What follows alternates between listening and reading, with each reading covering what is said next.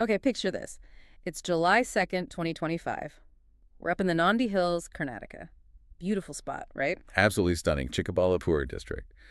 But the vibe isn't just scenic that day. No, not at all. There's cabinet meeting happening. Things seem calm, maybe, until about 5:00 p.m. IST. Right at 5.0, and then bang, a statement lands. And it's not just any statement. It sends ripples, serious ripples, through Karnataka's whole political scene. Yeah, it's a prime example, really, of how one leader's words, seemingly simple, can just change the whole game. Affects governance, stability, how people see the government. Totally. And that's what we're diving into today. We want to unpack what was said, sure, but also get into the politics, the power plays, the perceptions swirling around it. What does it actually mean for stability in Karnataka? What are the knock-on effects for you, the people living there? And it's fascinating how, maybe unlike some places in the West, a leader's public declaration here can carry so much weight. Oh, definitely. You've got personality politics, internal party factions, this whole high command culture playing a role. So when a chief minister makes a firm statement like this, it's a real power move. Absolutely. So to really get the weight of this, we need to talk about the man himself, Siddaramaiah. A political heavyweight. Yeah. Born way back August 3rd, 1947 in Mysuru. He's been around, seen it all. His journey started, and this is pretty amazing, back in 1983, a surprise win, Chamundeshwari constituency. Yeah, on a Bratdil looked all picket, no less. That instantly made him a major player, especially in that old Mysore region. And since then, he's represented different places, right? Badami, Varuna. And held so many different ministerial roles. Yeah. Really diverse stuff. Shows he gets the nuts and bolts of governing, even things you might not expect. It speaks to real resilience, doesn't it? And adaptability. Definitely. And it's not just the jobs he's held. Think about this. He's only the second CM in Karnataka's history to actually finish a full 5-year term. That was 2013 to 2018. That's a big deal in itself. Huge. And beyond the politics, he's become this symbol of hope for many, particularly backward communities like the Kurubas. And his background, it's not just politics. He studied economics at Mysore University. Right. So he gets policy, but he's also navigated the complex world of party politics. Janata Dal, secular. Then Congress in 2006. He even had his own party for a bit, didn't he? Tested the waters at the local level. Yeah, Zilla Panchayat elections. Shows a real strategic mind, understanding power from the ground up before hitting the state level big time. Okay, so that's the man. Now, let's zoom back to that moment. Nandi Hills.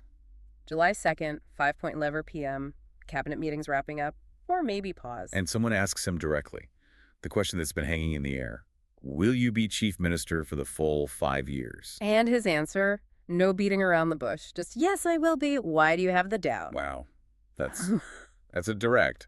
Not hedging his bets. Not at all. I felt like a challenge, didn't it? Like, enough with speculation, delivered with total clarity. A clear signal, cut through all the background noise. Which, let's be honest, there's a lot of noise. Oh, yeah. Which brings us to why this statement was even needed. All the speculation, right? Exactly. These rumors about a power-sharing deal, specifically involving the Deputy CM, DK Shivakumar.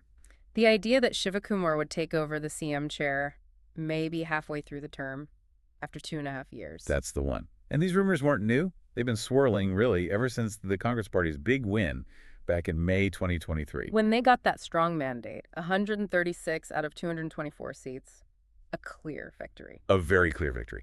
But, even with that win, there was that initial tussle for the top job. Yeah. Between Siddaramaiah and Shivakumar. Right. It was quite public for a while there. High-stakes negotiations. Eventually, Siddaramaiah got the CM post. Shivakumar became deputy CM.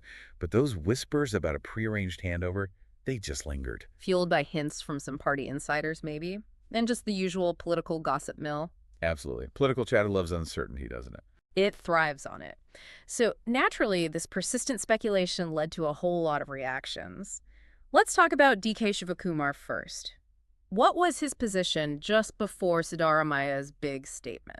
Well, interestingly, just the day before, July 1st, Shivakumar himself came out quite clearly. He denied any talk of a leadership change. Okay. So he tried to shut it down, too. Seemed like it. He really emphasized strengthening Siddaramaiah's leadership, strengthening the party's government.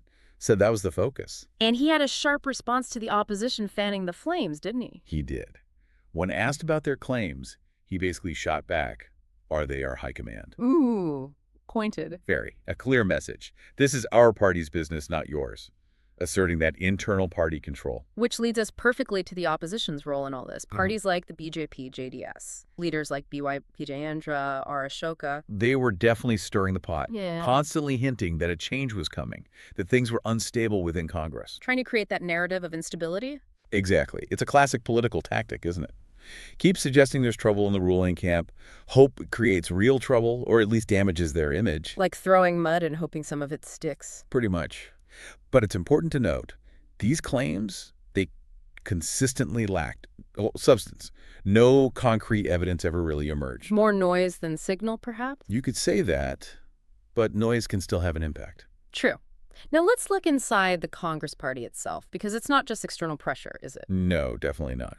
You've got a big legislative party, 142 MLAs after the win. But the cabinet, only 34 positions. That leaves. Well, a lot of MLAs without ministerial roles. Ambitious people. Exactly. Over 100 MLAs outside the cabinet. And you hear reports, whispers again, that some of them were pushing for changes, maybe a reshuffle, hoping to get a seat at the table. Adding to the internal pressure cooker. So Siddaramaiah's statement, that firm, yes, I will be here for 5 years. It wasn't just for the public or the opposition. It was an internal message, too. Oh, absolutely. A message to those within the party. Settle down. The leadership question is closed for this term. Focus on the work. Reinforcing his authority. Quieting down those ambitions, or trying to. Precisely. It's about consolidating control, both internally and externally. Okay, so let's broaden out the implications. What does this declaration actually mean for Karnataka, for you listening? First off, stability, right? That seems key. Hugely important. I mean, think about it. Karnataka needs steady leadership. It's dealing with economic recovery post-pandemic, managing finances. Complex stuff. The last thing you need is the disruption of a midterm leadership change. Projects get stalled, policies get reviewed, administrative uncertainty. Exactly. It can really derail things. So Siddaramaiah's commitment, his declaration, it signals we're focusing on governing, not on internal power struggles. Providing a sense of continuity, a clearer path forward for the administration for development. That's the intention, certainly. It offers reassurance that the government plans to see its agenda through. And beyond just governance, what about the party itself? Is this also a message about Congress unity? Yes, I think that's a big part of it. It's Siddaramaiah asserting his leadership, for sure, but it's also about presenting Congress as a united front. Trying to project strength, especially given, the party's history sometimes includes internal squabbles and factions. Right. This is an attempt to say, we are unified behind the current leadership for the full term. It's a subtle but clear message about who's in charge. A reminder of authority. Definitely. Although, how this plays out long-term in the personal dynamics, particularly between Siddaramaiah and Shivakumar, that remains something to watch. Always layers within layers in politics. And finally, what about public perception? How does this land with the average person? Well, the government was elected with a pretty strong mandate, remember, 136 seats. People voted for stability and results, presumably. They want delivery, not political soap operas. Exactly. So his statement aims to reassure people. We heard you. We're focused on the job you elected us to do. Good governance, not constant infighting. But does everyone buy it?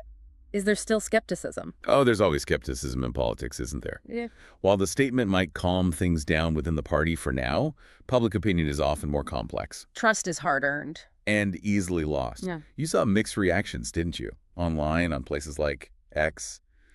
Some people were definitely relieved. Yeah, comments like, finally, some clarity, or, good, let them focus on work. But then you also saw the other side. People remembering past political U-turns, leadership changes. The memes started almost immediately, didn't they? Political musical chairs, that kind of thing. Right. That reflects a sort of ingrained public caution, maybe cynicism, based on Karnataka's own political history, which has seen its share of instability. So even a firm statement doesn't completely erase the doubts for everyone. Not instantly, no. It's a declaration of intent, but politics is dynamic. Right. Alliances shift, pressures change.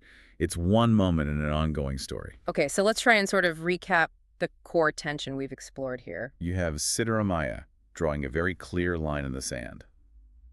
I'm here for 5 years. Set against this backdrop of persistent speculation, whispers of a power-sharing deal, pressure from the opposition, and even some internal jostling. And we've seen how his declaration is a strategic move.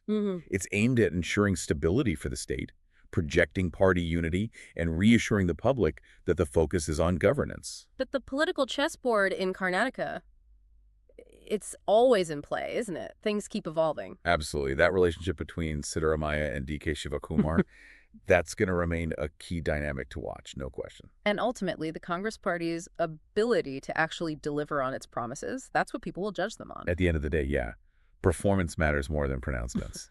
There are definitely no dull moments ahead. Definitely not. So, as we wrap up this deep dive, maybe here's a final thought for you, our listener, to chew on.